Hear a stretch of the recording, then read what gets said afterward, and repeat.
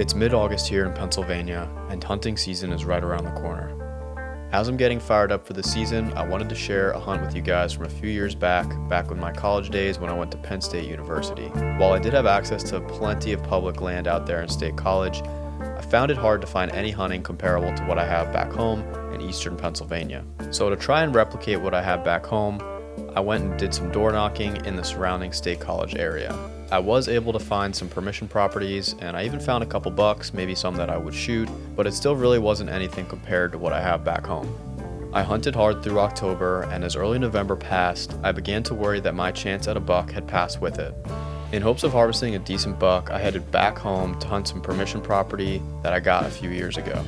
At this point, it was November 13th, and I had only had a few encounters with bucks that I would shoot at this point. On this day in particular, it was a cool, cloudy, slightly rainy day. The rain made for quiet access, and it seemed as though the deer were yet to even move. Using my climbing stand, I got super high up in a pretty thick tree. As the morning went on, the rain began to subside, and I was feeling discouraged as I had not seen a single deer all morning. Then at about 10:30 a.m., about 3.5 hours into the hunt, I spotted some deer up the hill from me. And sure enough, it was about 7 or 8 does with a buck at the back chasing them. He had his head to the ground, full rut, pushing these does through this bedding area. As soon as I saw this buck, I knew that I was going to try to shoot him. At this point in my life, I didn't really have crazy standards for deer. I'm not sure if this deer was even a 2-year-old. It might have been just a big 1.5-year-old with really good genetics. But I laid eyes on him and I was like, I'm going to shoot this deer. So he comes cruising through, chasing these does, and I stand up to get ready to try to make a shot on him. The does took a path at about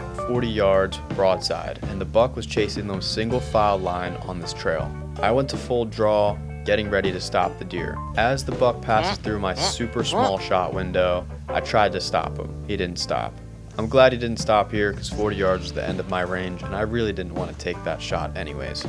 As he continued to push the does through this bedding area, the path they took made a U-shape and they made their way back around to me. And I knew that they were going to come back under me at like 30 yards for a broadside shot. As the does piled into my shooting lane, I picked out the buck, went to full draw, and as he got to a spot I could shoot, I stopped him with the traditional meh.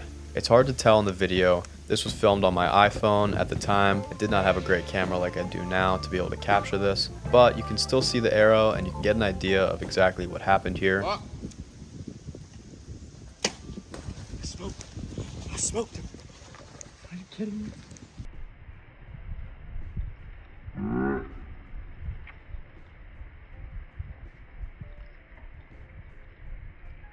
The buck was at about 30 yards, maybe slightly quartering to me, and I let the arrow go.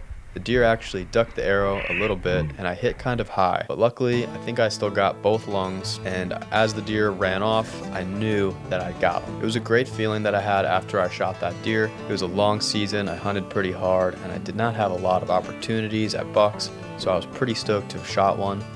I got down, I actually went home for 3 hours just because I didn't see the deer fall. Anytime you don't see the deer go down, my motto is you gotta wait at least 3 hours and sometimes longer for a gut shot. So I headed back in 3 hours later and began to track the deer. The broadhead I'm using here I think was a Rage 2-blade expandable, and honestly it might have even been a reused one that I tried to sharpen because it honestly didn't do quite as much damage as I thought it would have, judging from the shot. There was a decent amount of blood, but it wasn't what I'm used to from a Rage. So my recommendation is don't reuse Rage broadheads. I think they're a one-time use kind of thing. Anyhow, I tracked the deer for about 120 yards and I found him piled up there. Got my hands on him. At first I thought he was a 10-pointer. It was a pretty nice surprise. Depending on how you look at it, he's really a 9-point. I was pretty happy with this deer at the time. I know he's not a super big buck, but looking back, I'm still happy to have got him and to have got the meat from him as well. And that's the end of that. I did the skull mount myself on this deer. Didn't come out so great. It was one of the first skull mounts that I've done myself, and